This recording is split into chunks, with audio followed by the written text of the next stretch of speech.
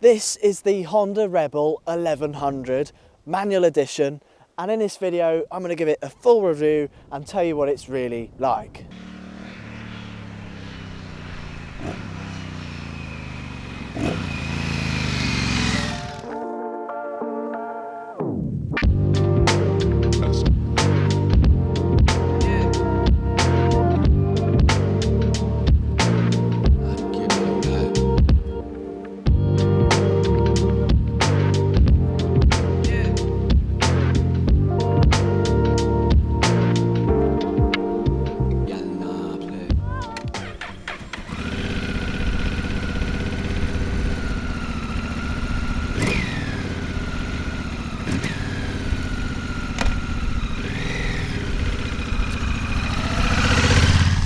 For starters then, this bike is definitely a good looking machine.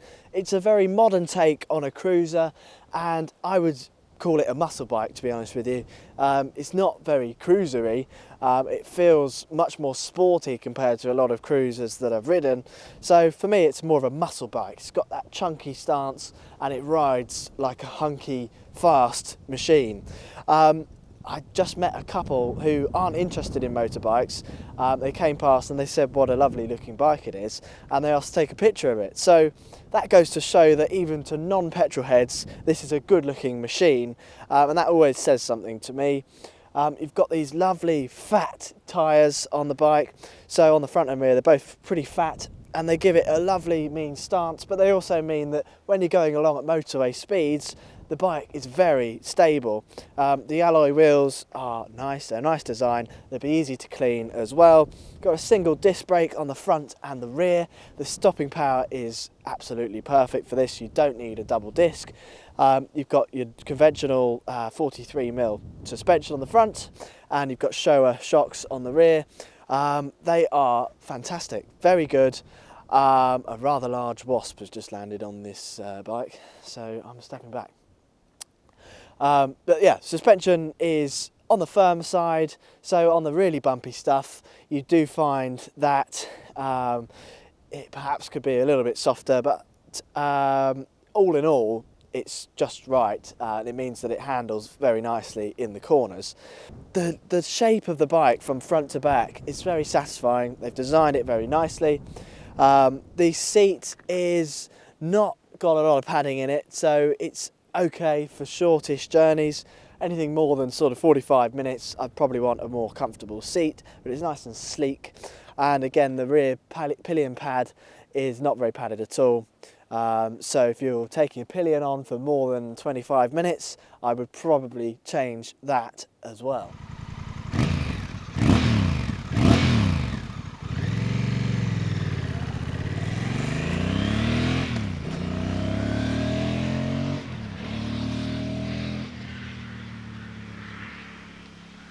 The Rebel is very easy to ride, so if you're a first time rider and this is your first big bike, you shouldn't have any issues with this. The clutch is very light.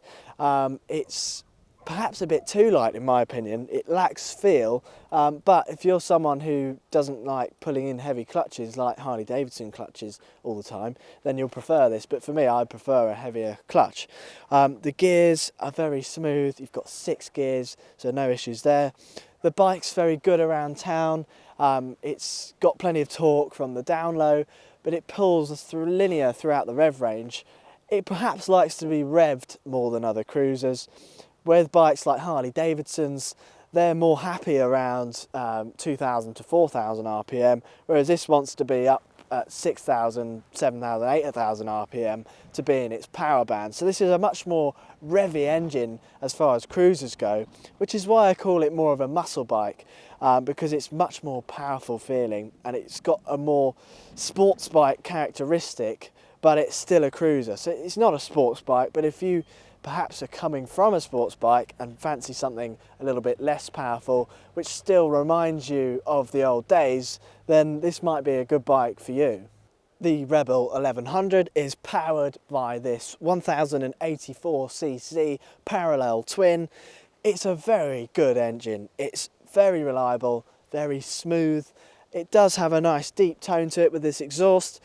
This is probably not the best looking of exhausts. I think it's a little bit ugly, but with an aftermarket exhaust, I think this bike would sound very nice. Not as nice as a Harley-Davidson or an Indian. You're not going to get that kind of sound like a V-twin out of this bike, but it will sound very nice.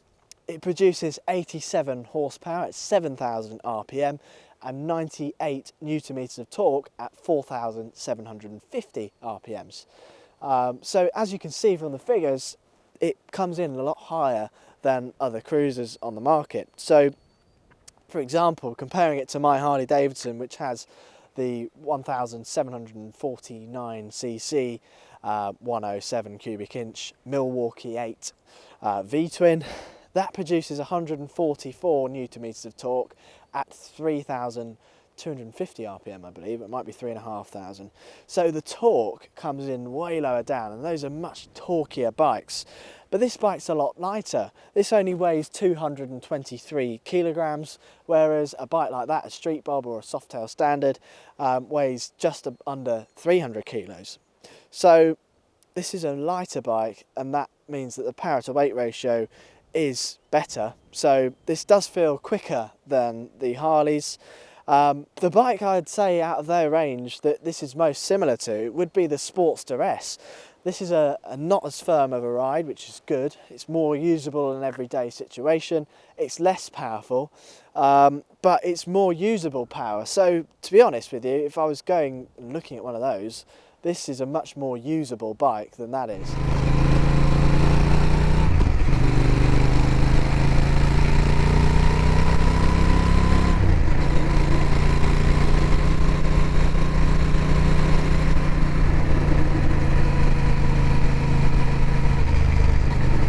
This bike has 3 modes, which are standard, rain and sport. In sport mode, you get the quickest acceleration. So if you're trying to go as quick as possible, stick it in sport mode.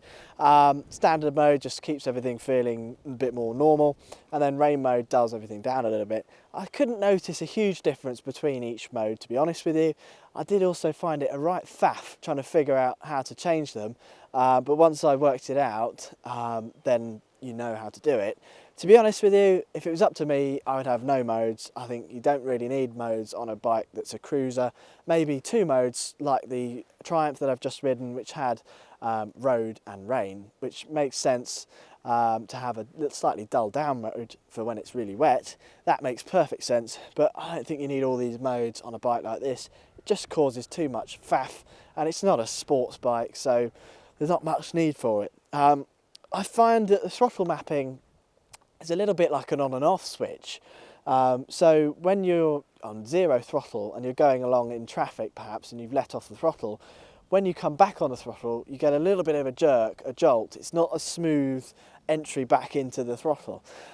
So perhaps something needs tweaking with the throttle mapping to sort that out. So just to demonstrate how this works for imbeciles like myself, you've got this little arrow here which indicates which part of the screen you're controlling, and you use the mode button to move that arrow, and then once it's moved up to this section here, you can then use the select buttons to go through the modes, and it tells you what those modes do there.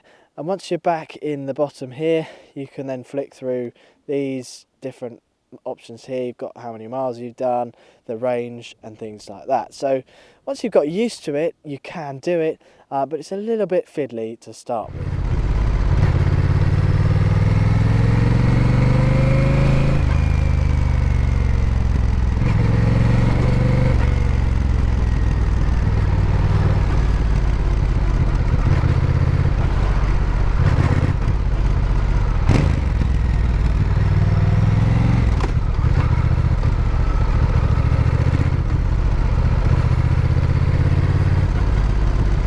Everything on the Honda feels very good quality. There are bits of plastic here and there, but the plastic is good quality, and all the welds and everything are very good.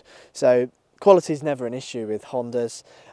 You have got a metal mudguard, which is nice to have, but it's a little bit short, and that is a trend that we're seeing a lot of on motorbikes these days. Is mudguards seem to be getting shorter and shorter. and they're not really mud guards anymore. They're just there to sort of for the sake of it. So the issue with that is that we live in England, so it rains a lot, it's cold at this time of year, and the roads get covered in mud, especially in the countryside when you've got tractors going up and down, and then the rain, it just becomes a sheet of mud. And that means that the bottom of the engine, some of the radiator, is covered in mud. So it could do with a mudguard extender or a slightly longer mudguard to stop that happening. The dials on this bike, you've got an electronic dial. It's fitting with the bike, it does suit it. It tells you everything you need to know. So I think, to be honest, I prefer analog dials, but it probably wouldn't suit this bike to have an analog dial. The exhaust, this bike's done about 950 miles since new, and the exhaust is a little bit rusty on the front. That's a bit of an issue, which means you might have to keep spraying it with black spray a bit more often than I'd probably like. I had that issue with my first bike. I had a 50cc, which was a Rehu Spanish brand MRT Pro, which is like an enduro bike, and it had this sort of coating, this sort of black powder coated exhaust, and in the winter it would rust constantly. I mean, I would spray it and I had to sand it down every couple of weeks. So that was a right pain. So hopefully this won't be as bad as that. So the manual version of the bike, which I've got here, costs £9,599 in the UK. This one is the Iridium Metallic Grey, I think it's called. I really like this colour.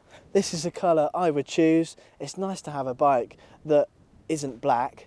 Do you know what? It's so easy to choose black because most bikes look good in black.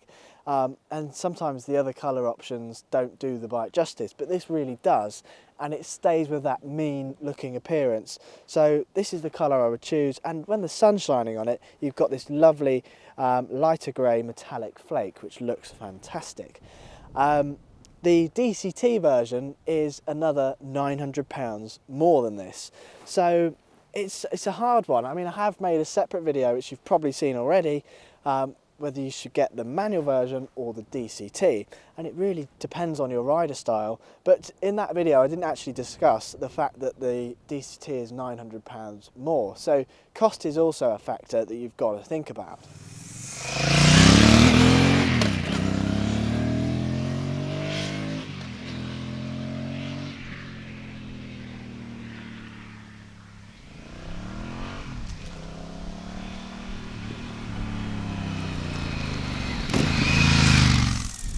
It's got a 13.6 litre fuel tank, and Honda claim that the bike will do 4.9 litres per 100 kilometres, which is about 57 UK miles per gallon.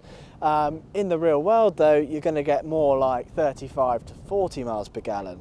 So if you're riding this bike pretty briskly, which you probably will because it encourages you to ride on and push on because it likes to be higher up in the rev range, then you're obviously going to get less fuel economy than you might initially expect. When I left the house this morning, it said I had 70 miles of range. I've ridden about 9 miles here, and it says I've got 43 miles of range left. So a bit of brisk riding means that you're going to get through the fuel a lot quicker. This bike really does go. It's got plenty of power. So if you're looking for something that is fast, but you prefer cruiser styling, then this is a really good option, and it's not going to break the bank, which is fantastic. Also, a benefit to having the modes is that if you're a relatively new rider, you could start off with it in rain mode to get used to the bike and then move up through the modes as you get more comfortable with it, which is really nice, and that can put you at ease really, because it is daunting when you're a new rider getting onto something that's this big, and because it's over 1000cc, it sounds intimidating. You know, to people who don't ride bikes, 1000cc sounds like something crazy because all the ridiculously powerful sports bikes are 1000cc, like Yamaha R1 or a Honda Fireblade. And they are mental, but this is not that kind of bike, so don't let the size of the engine put you off. This is definitely a big step up from the big step up from the Rebel 500. It is a completely different animal. It handles really nicely in comparison. It feels a little bit bigger, so it's a bit more roomy, which fits me much better. And the engine is a huge step up. So if you've got the Rebel 500 and you're thinking of upgrading to this, then it's definitely worth it.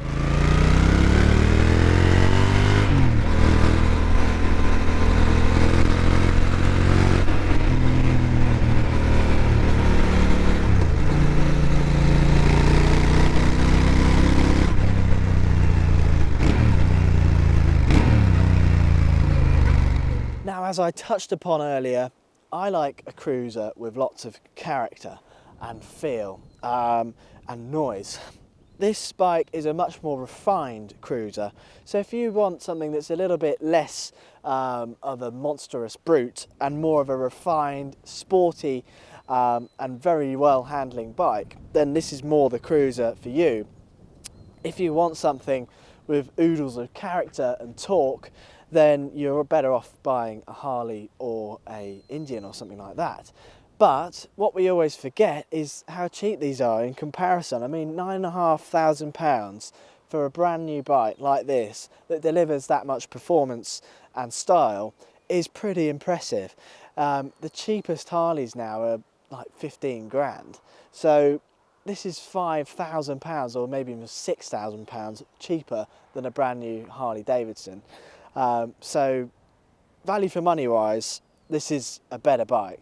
As I said earlier, the seat height is pretty low at 700mm. So if you're a shorter rider, you'll have no issues flat footing this bike at all. I'm 6'1" and this is what I look like on the bike. It's a really nice stance. You're nice and laid into the bike. You're low down and your arms are at a nice height. So it's got that sort of raised arm height. You're not down there. Really nice, comfortable riding position. I've got plenty of room at my height. So for taller riders, this bike is really good as well. And that's the good thing about a low bike like this, is that it caters for a lot of different heights due to it being so low. So you can actually keep your feet on the ground very easily. When you're manoeuvring this bike, if you're sat on it and you're going backwards, I find that I hit my shins on these metal pegs, which can hurt a little bit. So if you've sat on it, you've got to have your legs really wide whilst pushing it, or you might be better off stood up manoeuvring it. The mirrors are decent. I can see sort of 50% of the road behind me, but I would prefer them to be a little bit wider. If they were slightly longer, then I would be able to see the road properly. So in conclusion then, should you buy one of these? Absolutely yes. If you're interested in this bike, take one out for a test ride, see what you think of it. And I think it's great because it fills a gap in the market of the cruisers, where you've got all these Harleys and Indians and things like that, which are very characterful, heavy machines. This gives you a much more sporty ride, a lighter feeling bike, still gives you those cool looks but slightly modern twist. And if you're someone who doesn't look for character in a bike, you just want something that's very reliable, very smooth and easy to ride, then this is a perfect bike for you, because there's a lot of bikers out there who aren't fussed about the noise the bike makes or the character and the vibrations of the engine and things like that. They'd rather it didn't do that. So this is perfect for that sort of rider. So I'm glad that Honda make this bike, and it's a very popular machine, and I can certainly see why.